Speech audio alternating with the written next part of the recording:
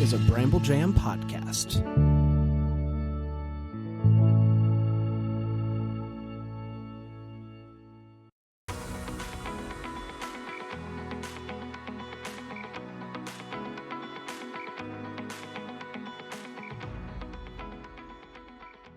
Welcome to Girls Gone Hallmark, a Hallmark review podcast. I'm Megan, and I'm a longtime Hallmark movie fan. I'm Wendy. I'm a former Hallmark hater. Today, we are joined by a writer having quite the year. But before we introduce him, make sure you never miss an announcement, an episode, a piece of Hallmark hot goss. You can follow us in lots of places, but we'd love to have you on Instagram. We have 2 accounts, Girls Gone Hallmark and Megan and Wendy. We also have a booming Facebook group. Come give us a join over there. It's Girls Gone Hallmark on Facebook. I will leave a link in the show notes. And the hottest destination for all things Hallmark on the internet is girlsgonehallmark.com. You can find all of our episode show notes, Hallmark news, tons of fun countdown to Christmas content. So check that out. But back to our guest. You may have heard of a little movie called Three Wiser Men and a Boy. Yeah, he co-wrote that, but he also has 2 more Hallmark movies dropping and a Netflix dropping this season. So we've got The Santa Claus on Hallmark, Under the Lights on Hallmark Mystery, and the best title of the holiday season, Hot Frosty, dropping on Netflix. Welcome to Russell Hainline. Oh, thank you both for having me. This is fantastic. This is a thrill. I'm so excited to talk to you both, and I'm excited to talk about all of these things. It's been a crazy year. So can we just ask if your head is absolutely exploding over the incredible year you're having? It's exploding with nerves. It's exploding with, it really matters to me, and hopefully this comes through in the movies that I've done and the movies that I'll continue to make. I really want them to be good. I want to be one of the people, I've gotten to know Nina Weinman a little bit. When people see Nina Weinman's name on a project, they go like, oh, this is going to be a good one, right? Like, I would like to be one of those names. And so I put a lot of myself into my projects, and I work really hard to try to make them as good as they can be. And so hopefully these all turn out to the audience's liking, and I get to continue to do this. And yeah, I mean, what can I say? My understanding is that Hot Frosty, which is your Netflix drop this year, was a script or an idea at least, that had been brewing for a long time. Is that correct? Yeah. Hot Frosty came to be because, you come up with funny ideas as a writer, and you come up with ideas that you think, well, this will never happen, so I'm just going to tell my friends at parties. And, I kept telling people about this idea for a movie where the pitch is, what if Frosty the Snowman, when he came to life, was just a really hot dude? And the response is normally that, right? And so I called it Hot Frosty, and ultimately I pitched it at parties enough that I thought, well, maybe I should write this. And so during the pandemic, I went for it. I wrote it myself. I really liked how it turned out. I shipped it around. The good people at Muse picked it up and partnered us with Netflix for it. And I've got to say, I'm thrilled. I'm thrilled it exists. It's one of those things you never would have thought existed. I wrote it for fun. I wrote it because I thought it would be funny and it would make myself laugh. And now it's real. So how cool is that? Isn't it cool to be like, yeah, I have a movie on Netflix this holiday season? I know Hallmark. I get that. That's exciting too. But Netflix is Netflix. That's really cool.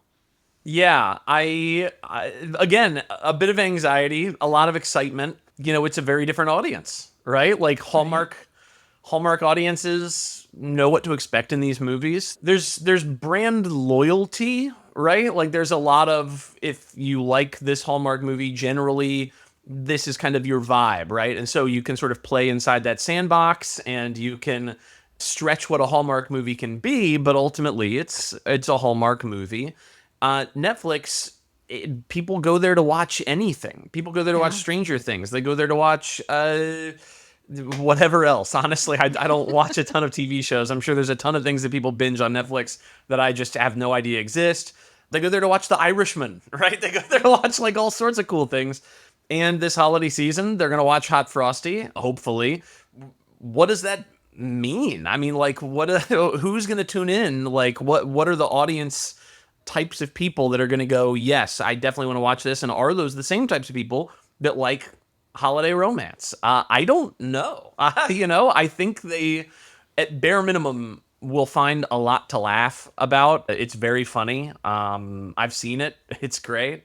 Awesome. But even if there's somebody who's like a little more reluctant on like the romance part, which I feel like, sometimes people on Netflix, I feel like there's sort of a quick dismissal of, oh, this is corny because it's earnest, because it's heartfelt, because it's not like ladled with irony, right? I think that audiences sometimes go that route. But even if they are a little reluctant on that side, there's so much to laugh about. Dustin is so funny. Craig Robinson, Joe Trulio, Katie Mixon, Lauren Holly. I mean, it's a murderer's row, a phenomenal cast. Lacey, obviously, is fantastic in it. So yeah, I'm really, really excited. I hope the audience enjoys it as much as I do. I mean, that's really all you can hope for at the end of the day. You make a movie for yourself, and you hope that other people like it as much as you do. And luckily, I really like Hot Frosty. So you have 3 movies on Hallmark this year. How did it come to be that you had that many at once? Luck. Yeah. I mean, more or less. I got some cool opportunities this year. Two of the projects were things where I came on to something. Santa Claus is something that sort of came more like completely started from scratch, but very different types of movies. Yeah, I don't know how they happened. I'm stunned that they did happen. 2 of them started shooting like very late summer to now, like, right? Yeah. I mean, the Santa Claus is in production. It may have wrapped, but I mean, it's close. Yeah, dude. I don't know how they do it. I mean, I know how they do it. They know exactly what they're doing. The team is fantastic. I got to visit the set for Santa Claus. Got to meet everybody there. I mean, Lucy is an outstanding director. I'm incredibly blessed that she's done 2 of my movies this year. Very, very cool.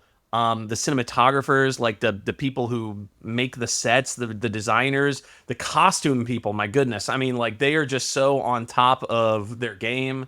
I don't know how they all happened this year. I was definitely wondering whether some of them would get bumped. I'm just feeling lucky, To me, I'm like, yeah, I know how it happened this year, because you had In Merry Measure, which was such a fun movie. And then the Santa Summit last year kind of like came out of nowhere. It was so fun and so different.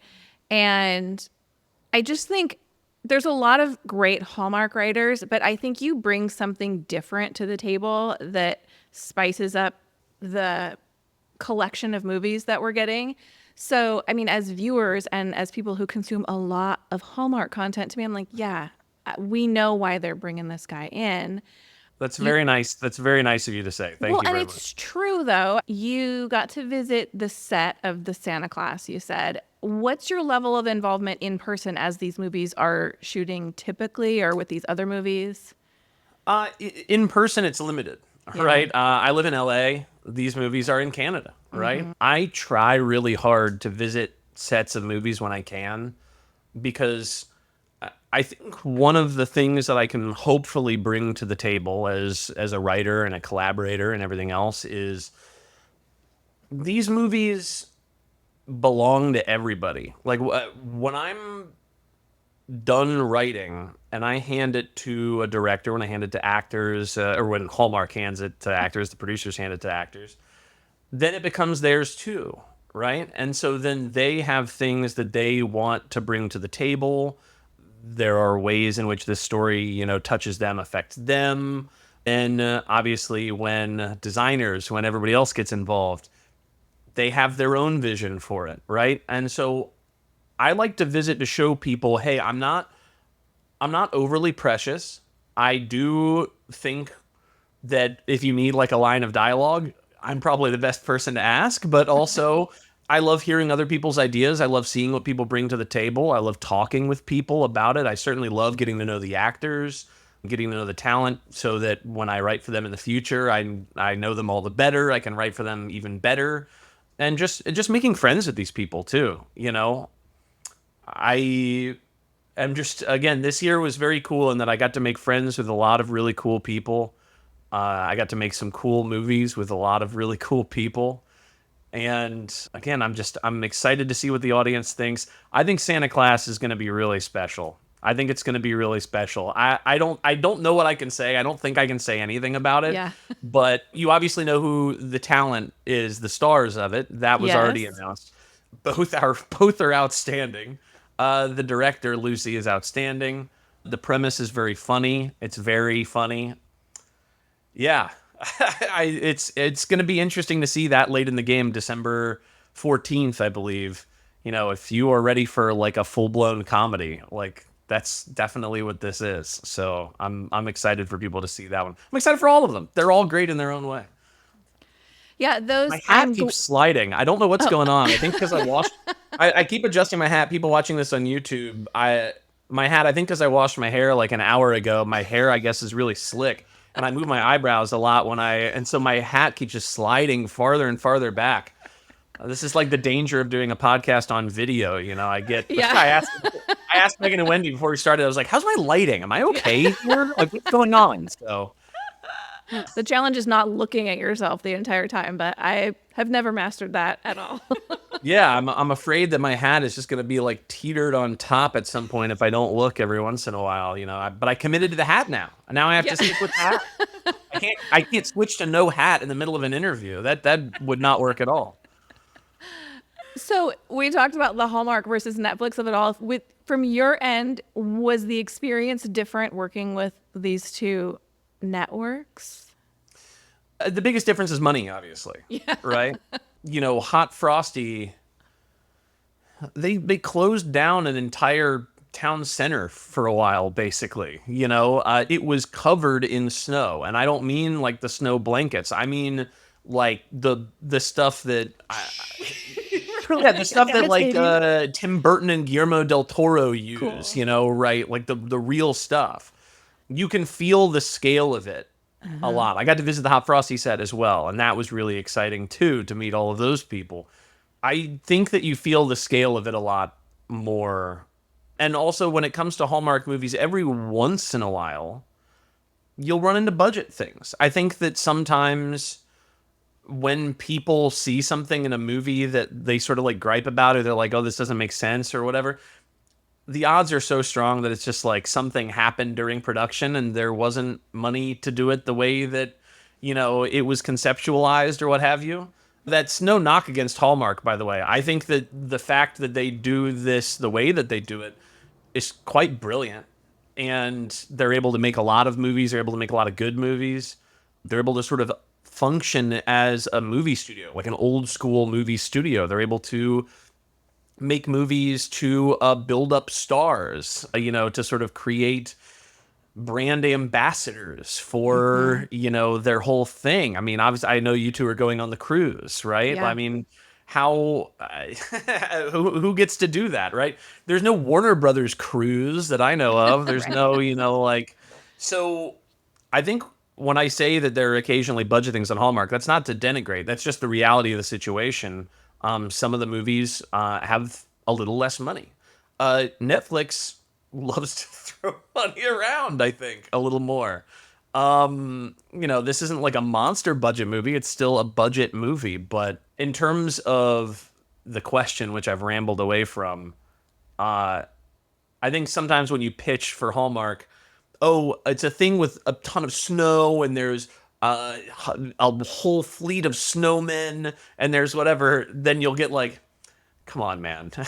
We can't do that. Yeah. But with Netflix, they're like, can we add more snowmen? You know, sometimes it's like that. So Netflix can use CGI a little more. So I don't know. I'm interested to try to work with Netflix again in the future. Hopefully, Hot Frosty goes really well. We're trying to figure out some things, right? It would be cool to continue to explore what Netflix can do. I'll certainly be even more in tune with what a Netflix audience might want as a result of seeing if they liked Hot Frosty, seeing if they didn't like something, learning some lessons, trying to make the next thing even better than the previous thing. But I anticipate doing more movies for Hallmark than Netflix, obviously, just because a Hallmark is such a machine, man. They're perfect at what they do. Well, and when Hallmark finds people that they like to work with, they continue to work with them. It's why we see a lot of the same writers and a lot of the same directors and of course the same actors. So yeah, I hope that for you too. Speaking of people Hallmark likes, when you worked on Three Wiser Men, you kind of Sure. collaborated with Kimberly Sestad and Paul Campbell. We love their writing. What was it like coming into you have not only an established kind of situation, right? But also these established writers. What was it like working together, the three of you? It was terrifying at first. And I think that everybody, hopefully I don't want to speak for Paul and Kim here. I think that everybody, in the same way that I talked about before, once something is out in the world, it belongs to everybody. And obviously when you have something as big as Three Wise Men, something as, for Hallmark, iconic as Three Wise Men, with that comes, I think a lot of people have their ideas of what they want from a sequel, from further exploration of this world. I think that I was very fortunate to have the opportunity to join, but I was very cognizant when I joined of, this is a lot of pressure. These are Paul and Kim's babies. I really, first and foremost, want Paul and Kim to be happy with any work that I do on it. It's the baby of so many people, right? So many people, it's like their favorite Hallmark movie. So then you feel that as well. They want this one to be bigger, right? Like Paul and Kim and, Tyler and Andrew and everybody, there's this expectation that they put on themselves. And there's this expectation of trying to achieve the best possible product, trying to tell the best possible story that they put on themselves. And so I really wanted to feel that pressure too. I really wanted to step up to the level of Paul and Kim and that team with what I would bring to the table. Again, I don't know that I'm at liberty to talk about exactly what I brought to the table, but maybe you'll see in some scenes a familiar style of Russell-esque banter, Yeah. maybe a character you might be like, oh, this idea, I don't know, this could have been a Russell thing, this could have been, but I'll also say that, when you come on to work with something, with other writers on a project, sometimes you're brought on because it's not meeting what people wanted it to be. And that's just not the case with Paul and Kim. I mean, they're just too good. They're just too good. And when I got the opportunity to come on and I saw what they had done already, I thought, this is going to be really funny. This is going to be really good. Fans are really going to like this. What can I do to help? I was an assistant on this project, and I was really, really grateful for the opportunity. And now I've gotten to know Paul and Kim a little bit. And I think they think about these movies really smartly. I think that they, like me, really want to, push to the outsides of the sandbox and see what they can get away with and what they can accomplish. They want to make the best possible product. They want to stand on, their name. It's also, for Paul and Kim, it's a lot easier, I think, to feel that sort of wanting their name to mean something because their faces are also in these things, right? Yeah. There's such I can't even imagine the pressure of being the actor who has to carry one of these movies. Writing is enough pressure for me. I'm good. So yeah, I'm really excited for fans to see it. I'm really excited to see what makes the final cut. There's also just a bevy of great stuff in here, and I have no doubt that on set that I'm sure came up with bits. I'm sure they came up with hilarious stuff to add. And, again, all the best designers, all the best people work on this sort of movie. So I'm really excited. I'm really, really excited. I think fans are going to really like it. And furthermore, I should add that if Hallmark people want more sequels to things, supporting sequels to properties that you really like and showing, the people upstairs, hey, we want sequels. We want more worlds built out. We want the Weisermans, the Cherry Lanes, there's another one this year that I'm blanking on, but like the Hall at the Hollies, right? Like go watch those and tweet about them, Instagram about them, say, hey, we want to explore some of these worlds more on Hallmark. We want these franchises built out. I think the Hallmark fan loves a franchise. We want a Santa Summit franchise, by the way. So I know you can't say anything, but just know that's something. I'm making this pitch selfishly, Megan. I'm making this pitch selfishly. I will say that I have been in communication with everybody from Santa Summit, and I mean everybody. Like every single person would love to go back to that world. I have a story that I would love to tell. I think everyone that's heard the story thinks it would be a really cool story to tell. Will we get to tell that story is not up to me, but I am really excited for, fingers crossed, knock on wood. What a great year they're all going to be having too, right? I know Ben's in a movie. Hunter's got the Chiefs movie. My God, Amy's got her a lead movie, which I definitely strongly recommend everybody go see. If anybody deserves a leading role in a movie, it's definitely Amy. So, just go support all those people. They were all so nice and so great. Jeff is such a great director. Jennifer Aspin was a producer on it. She was in Hall at the Holly too. She's great. Yeah. Yeah, it's a monster team. It's incredible. Again, I think I'm very fortunate that my scripts have also gotten into the hands of tremendously talented people who share the vision and are very nice and very collaborative. And the byproduct of my success is, or I am a byproduct of. What do I want to say here? You know what I'm saying. It's everybody else. It really helps elevate what I'm bringing to the table in a way that I feel very fortunate and grateful for. Yeah, you've been given a lot of, they've put a lot of faith in your writing. Even starting like with In Merry Measure, which for people who don't know the Girls Gone Hallmark Russell Hainline origin story, in 2022, when In Merry Measure dropped, that wasn't on our lineup. We were doing like one movie a week at the time. It just, something has to make the cut. Well, we ran our countdown to Christmas bracket, and in comes Russell championing his movie. And this was like the little movie that could. And we loved it because we love when the people behind the movies are like rallying the fans. And the fans love that too. And we have, of course, since watched that movie. But if you look back to that, you got Brendan Penny. Like, they're like, here's your first movie. We're going to give you the hottest guy in glasses we can on the network. We're going to make Robertson's still funny. Addie Mirren's such a fantastic singer.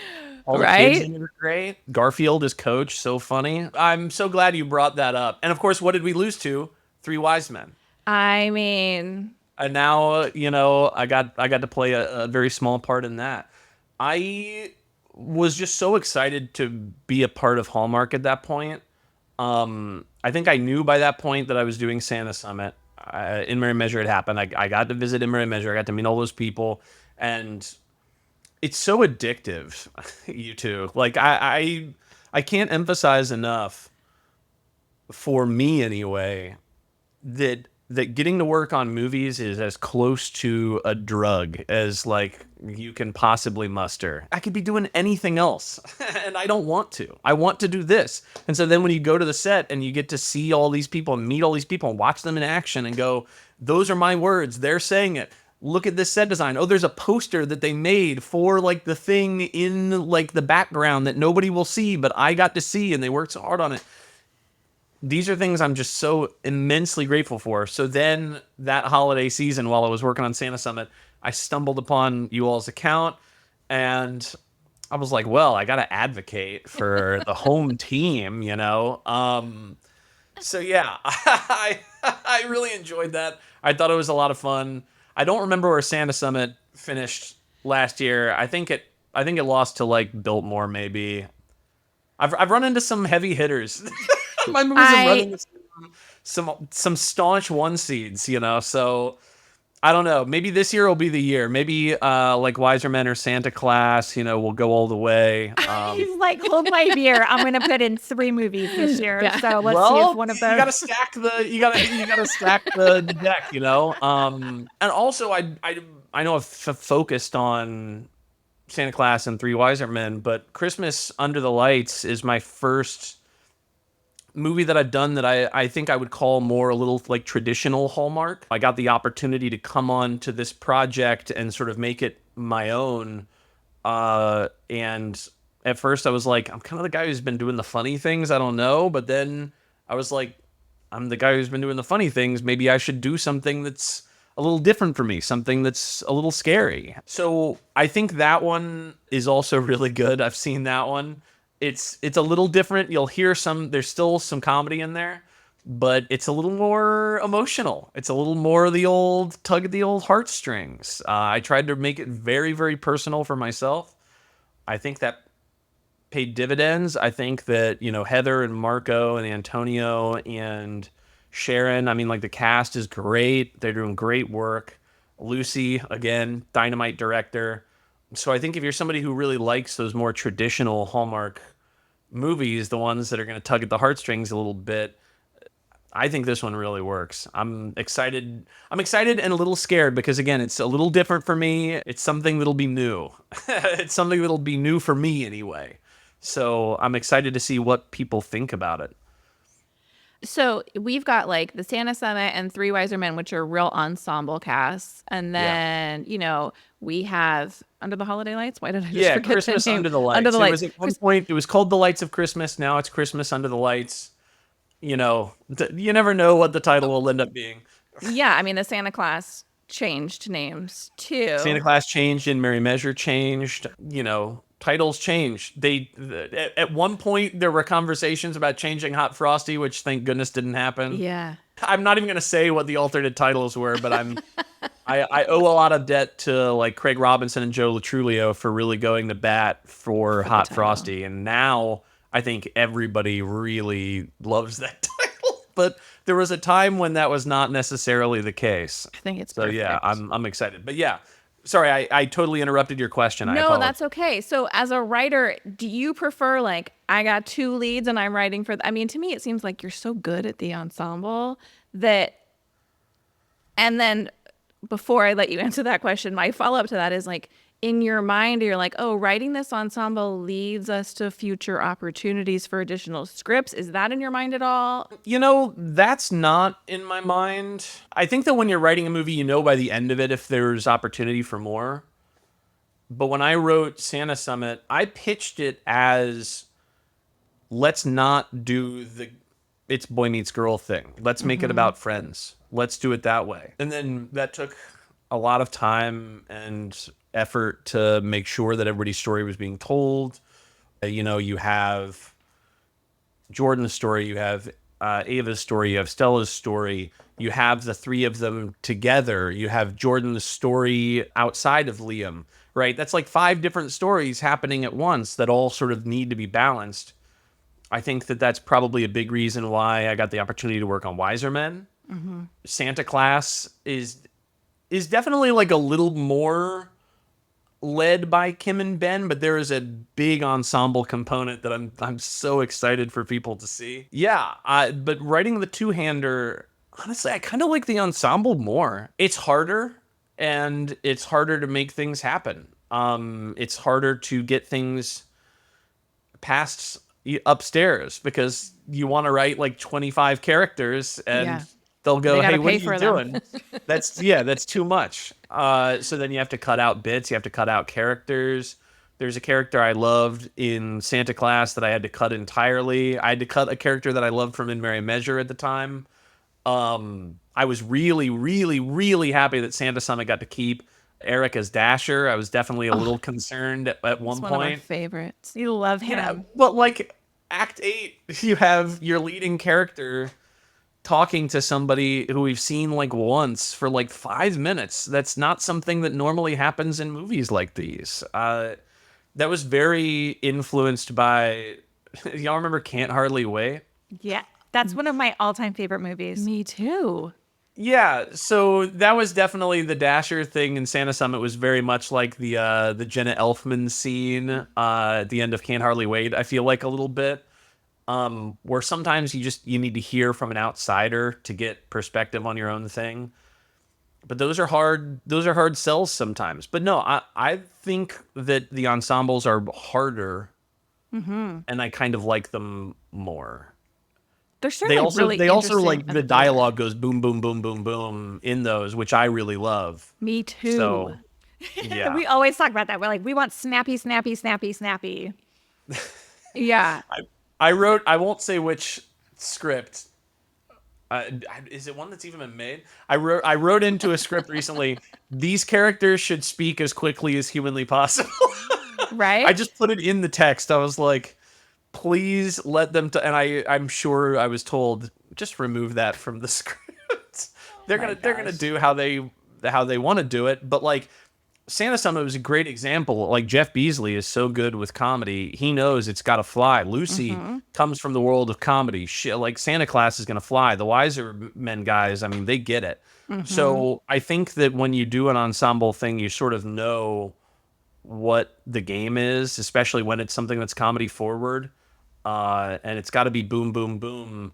Even in my opinion, even the scenes that are more emotional, I don't think that any of those old comedies from the 30s and 40s are less effective emotionally because they're speaking quickly. Like, Rick at the end of Casablanca, he's not drawing that big speech out. He's firing through it, but it's because he's got to get her on that plane. There's a reason for him to be talking fast. I think finding reasons for talking fast can sometimes be hard.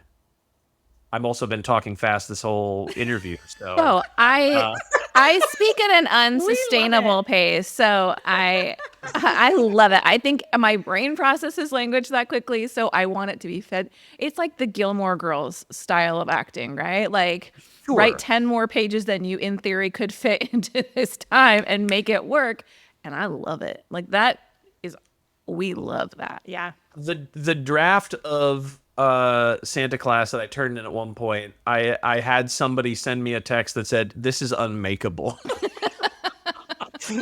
Because it was just so long and there were so many bits in it and so much going on. And so they were like, we're going to have to cut things down. And then I did. I cut like 15, 20 pages out of it. And now it's going to be a really fun, snappy, funny comedy. But I do think that you run that risk when doing ensemble stuff of writing too many things. Yeah. Then you have to kill your darlings. I'll have another ensemble thing in 2025, knock on wood, as long as everything goes well.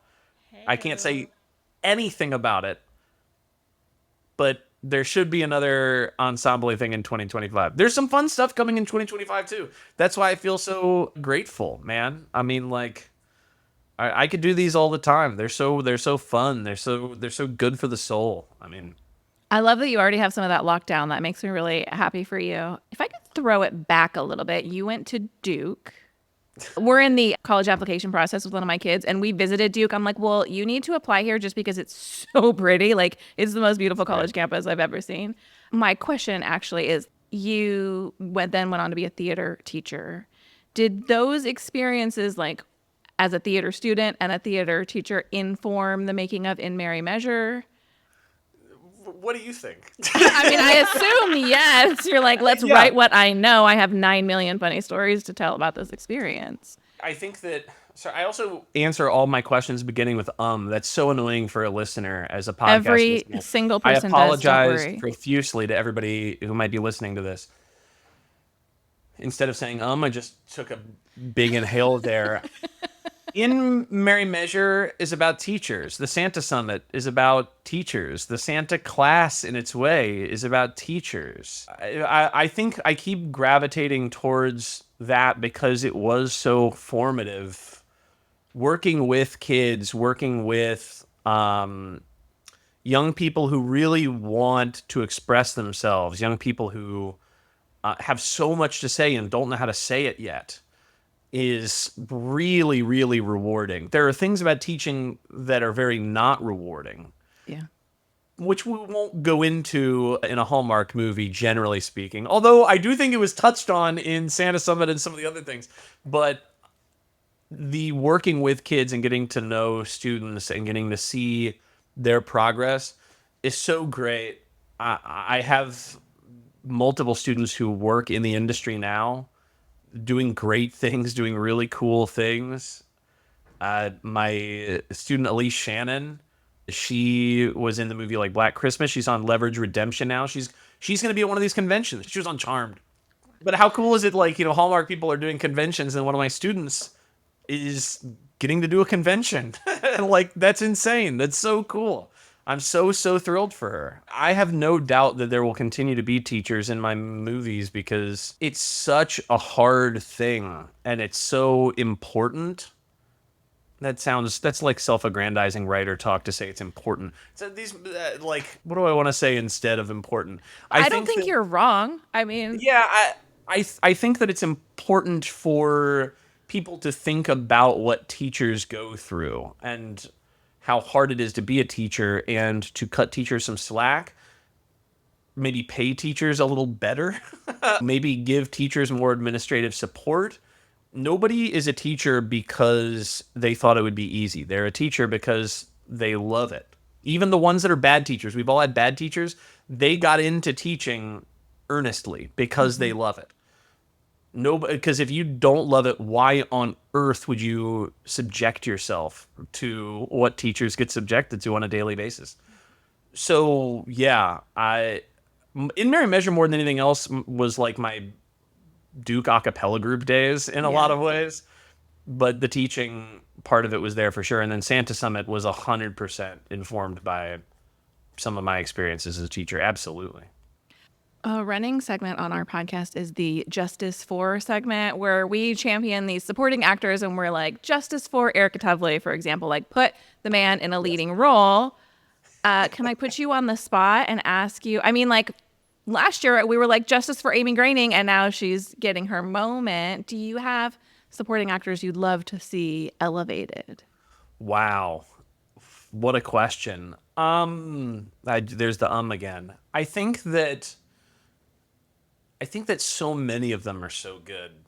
I have to look through my cast. I mean, like the obvious people, Stephanie Sy is great.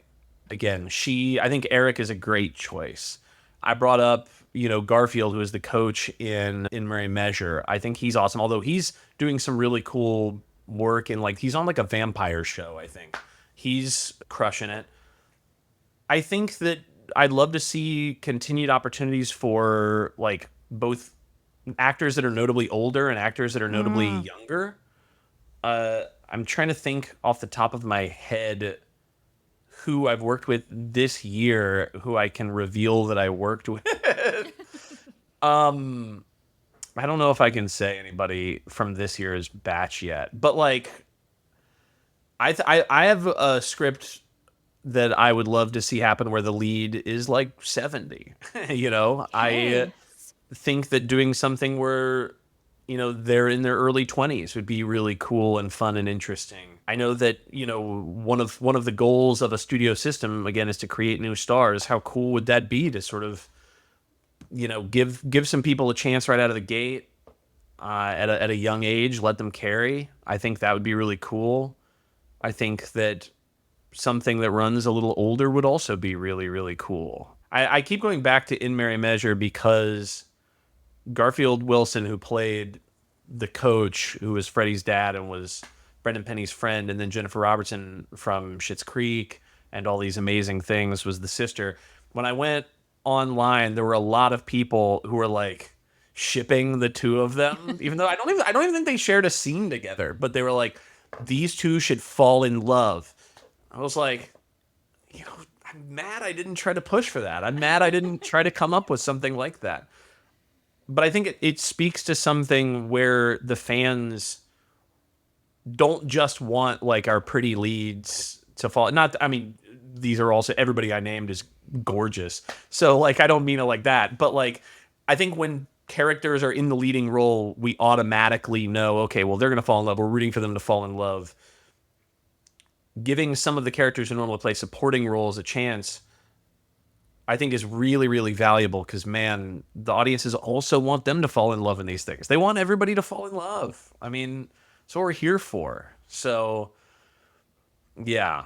But Amy, when I found out, when Amy told me, I was over the moon. I wish I could read I'm sure that the text that I sent her had a lot of capital letters in it. But I'll put Stephanie out there as like my person. You already mentioned Eric. I'll put Stephanie. Stephanie is great, especially because I would love to do a musical, something like way more musical. And man, the pipes on her, right? She's in Waitress right now, I think in Winnipeg as like the lead. And that song at the end of Waitress like makes me cry every time I hear it. And I really want Stephanie to send me a video of her singing. If you're listening to this, Stephanie, I haven't forgotten. I would love to see her in a leading role. A singing leading role. Leading role, something. Right? Yeah. Yeah. She'd be amazing. Got to get that written, Russell. With what time? I know. That's the problem I'm running into is if I do things, if I have things that are actively moving forward, then all the ideas that I have that I love so much, they just get backburnered, and I don't want anybody else to do them. I want to do them. I wonder if I can say this.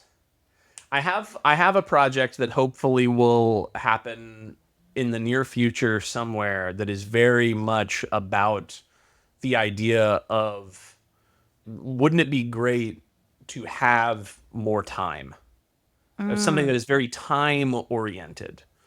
Because, the older I get, the more I'm like, I don't have time to watch the movies I want to watch. I don't have time to read the books I want to read. So I have something, and I don't know where it'll end up. Maybe I'll tell you off air. I'll tease it off air. Yes, please. I'll tease it. Maybe I'll tease off air. We can be involved. What this would be, but I think going back to whatever the question was. What was the question? Who will you champion for? Writing projects. I would love to just have I would love to have Hermione Granger's Time Turner. Right. And just write all these things without losing a beat. Wendy doesn't understand that reference, never read or seen a Harry Potter movie, but I'm a Potterhead, so I'm not a Potterhead, honestly. I read them all at the time. I saw all the movies. Because I see like every movie. So here I was just complaining about time, and I see all the movies. But I don't want to be like a totally like stereotypical member of my generation. I don't know what house I would be in or anything, but I do know the reference to the Time Turner. I do remember the Time Turner stuff. Which book was that? Was that the third one? I think it's the third one. Yeah. That was my favorite by a landslide, both Prisoner with of book Azkaban's the best book. I think to tie that back to Hallmark for Wendy's sake, I think that a big reason why I like doing these sorts of comedies on Hallmark is to try to bring in more people. Yes. And to try to do things that will really appeal to the very passionate and very loyal and very fantastic Hallmark fans, while also showing people that some of their preconceived notions about what a Hallmark movie is don't necessarily exist anymore. And then if they watch some of my movies, maybe then they watch some of Nina's movies, some of Julie Sherman-Wolf's movies. They Biltmore, Round and Round, The Hall at the Hollies, all these movies. What was the one I really liked? Holly Hotline, talking about Eric, right? Oh, yeah, so great. Another great one. So I really think they're hitting their stride with Hallmark right now in terms of the breadth of what they can do. And so I'm very grateful to be a part of that. And I really don't want people looking at it from afar and going, oh, those are these things. They're these things. And I'm not a part of that.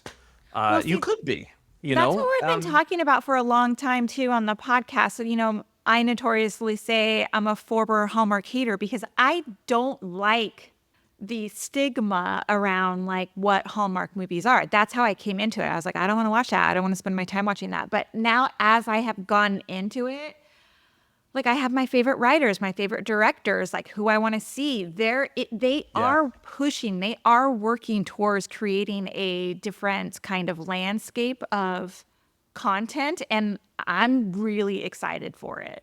Yes, not your grandma's Hallmark. No, it really does work like a studio. I mean, I read a bunch of movies, read a bunch of books about old Hollywood, and this is exactly the sort of thing they would do. You sling the bat a bunch, you create a bunch of movies, you give people opportunities. We see what fans like. You give those people more opportunities. You tell more of those stories.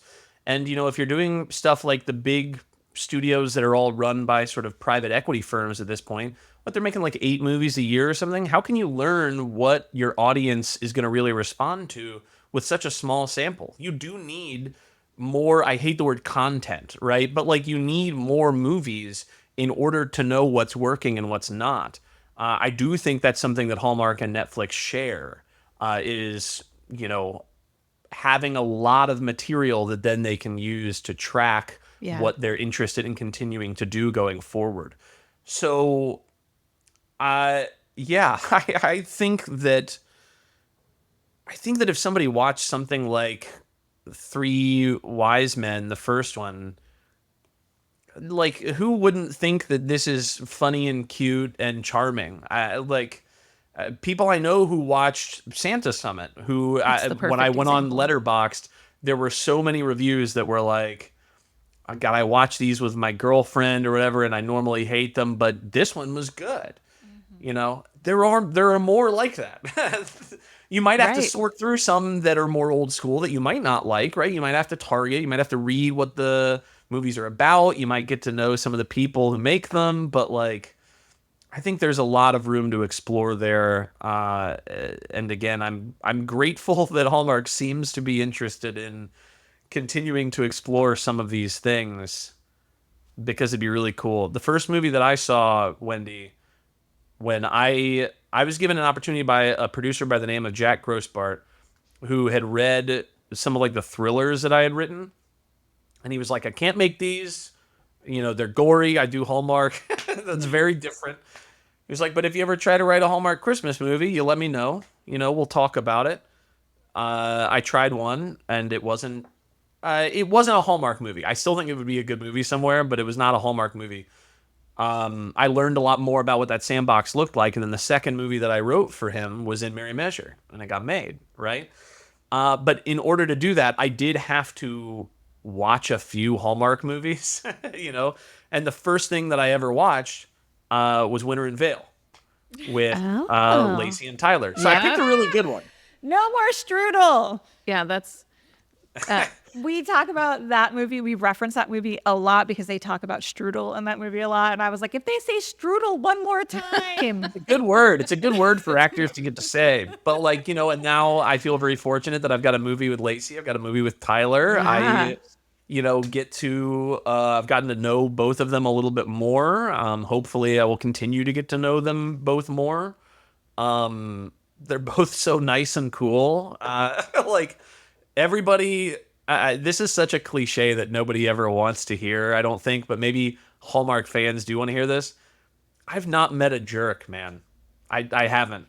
That's awesome. I have not. Everybody that I've had the opportunity to work with has been so generous and so nice and so cool. I think when you make movies like these that are on a budget and that are very time crunched, there's no room for jerks. There's no time for jerks. There's not enough money to waste time because somebody wants to be a jerk about something. Like, otherwise the movie might not get made, right? So it also helps that everybody's Canadian and Canadians are super nice. So I don't know. Everybody that I've gotten a chance to work with, you wonder like, oh, are they gonna like think that they're like big, too big in their too big for their britches? That's the phrase I'm looking for. Or do they think, oh, the writer poo-poo, whatever? I just haven't encountered that at least from the talent, from the stars that your listeners are in love with, right? They're all super cool and super nice. So far anyway. There's no river so long doesn't contain a bend. Maybe one of them becomes a jerk one day, but so far I've found them all to be awesome to a person. I love that feedback. So you're pretty active on social media. You're still on Twitter/X. What's the best place for our listeners to keep up with you? Yeah, so I am Russell H. Film. That's 2 S's, 2 L's. Which I feel like I have to say, but do people know a Russell with 1 L?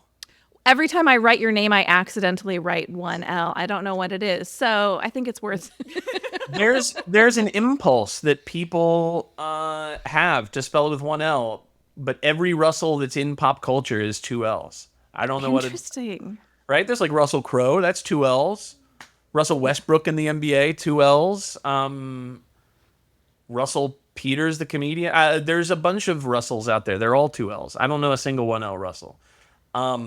Anyway, that's a sidebar. 2 S's, 2 L's, Russell H. Film. I'm that on Instagram, where I'm pretty active when I'm not trying to steer everybody towards voting for my movies on the on Megan and Wendy's polls. Hey, we love it. Steer them our way. Yeah. Erica Tubway Yeah. took up the mantle last year as well because he had Santa Summit and Holiday Hotline. So it was a good time. Oh We love it. yeah, he was helping out. It's good. But you're never gonna beat. I feel like there's always a movie or two that it doesn't matter how much you campaign. People We've are talked just about like, taking them out of the running. We're like, what if we took Biltmore out of the running last year? No, This you year can't it's do hard that. because like, what are you going to take out? Are you going to take out Holiday Touchdown? Are you going to take out Three Wiser Men? Are you going to take Right. out the Holiday Quest? Right. So this year it might be a fairer fight. In my mind, there's not a single front runner. Not yet. That's true. I haven't actually seen a yet. single minute of it. yeah. I'm so interested to see how people respond to Santa Claus. I know it's just because I was just working on it. It's so funny. It's so out there. There are so many surprises that'll probably just get like spoiled in a preview at some point. But like, man, I think it's, and I think that speaking of social media, something that I learned from like Kim and Ben, among other people, and obviously Tyler's very good at this too, is the promotion game is real, man. Like, it's really important to get your movies out there and to get awareness out there. And Kim is so forward thinking, and I think maybe I read something once where she credited Tyler for this. I don't know if that's actually true. Kim is very smart in her own right, but like both of them are so good about like shooting little promos while they're working or thinking of what they're going to do to like get the word out. And so I feel so grateful that people like Kim and Ben and Tyler and whatever in the movies that I've worked on, because they're fighting the good fight for me. But I'm trying to join in that as much as I can on Russell H. Film on Instagram and Russell H. Film Twitter. I think those are the main places. We had Kim on our podcast a few weeks ago, and she was saying like she has to have Tyler hold her hand through that sort of thing. She's like, I'm not a techie person. I had to have him on the phone as I'm like creating this content, which is so funny to me. I'm like, you're an actor, you're a writer, and you're. I think she's being modest. I think that so too. Well, Yeah. I don't know if you saw, but she made this reel for the Real West, and I was like, that was so beautifully produced. Do you have any interest in being a director? And she's like, I had no idea what I was doing. And I was like, I think you know more than you're saying here. Yeah, I think that she knows what looks cool, and she also just has really good ideas. There's a promo idea that I know they had for Santa Claus. Who knows if Kim and Ben will actually put it together? But when they were talking about it on set, I was very, very excited. I think it would be really funny and a great way to get the movie out there. So I'll be trying to help as much as I can on Russell H. Film. So please go there for any and all updates on the crazy stuff that I've been doing this year, and stuff going forward. Well, thank you so much for joining us. We really appreciate it. Listeners, if you love this podcast, you know what we love. We love your 5-star ratings and reviews. You can leave them in the Apple Podcast app, and you can even leave comments on Spotify letting us know. Say hi to Russell. Check out. We are going to leave links to all of his many movies and their air dates in our show notes, and we will be talking about them on Girls Gone Hallmark as well. Thanks, everybody. Bye. Bye.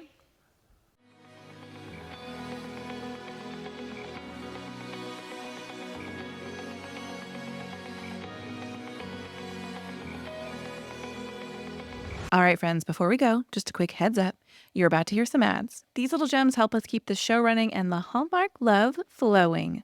So do with that info what you will. Grab a snack, hit the skip button, or maybe, just maybe, listen in and discover your new favorite product. Bye.